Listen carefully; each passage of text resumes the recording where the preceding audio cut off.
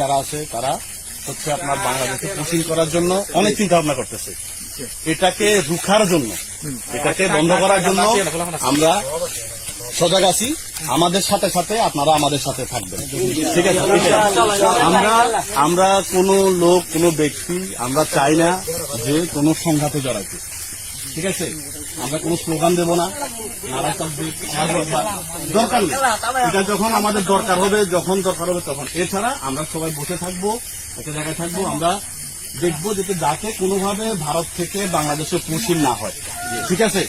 এতটুকু, আর কোনো কিছু নয়। আমরা যদি এখানে চিল্লাচিল্লি করি, দেখবেন যে ভারতের লোকজন চিল্লাচিল্লি করবে না? আমরা যদি করি ওরাও করবে, তাহলে উত্তেজনা বেড়ে যাবে।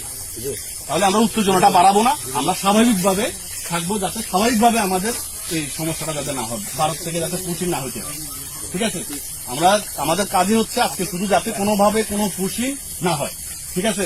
আপনাদেরকে অসংখ্য ধন্যবাদ। আমি এখানে আসি আজকে প্রায় 8-10 দিন হয়ে গেছে, আমি এতগুলো লোক দেখিনি।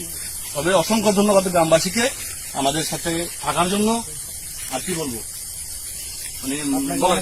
আপনাদের সবাইকে অসংখ্য ধন্যবাদ। আজকে রাতটুকু আমাদের সাথে থাকেন,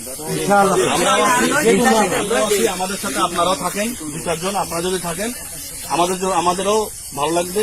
আপনারাও ধৈর্য জন্য কিছু করতে পারবেন, আমাদের পাশাপাশি আপনারাও কিছু করলেন, ঠিক আছে?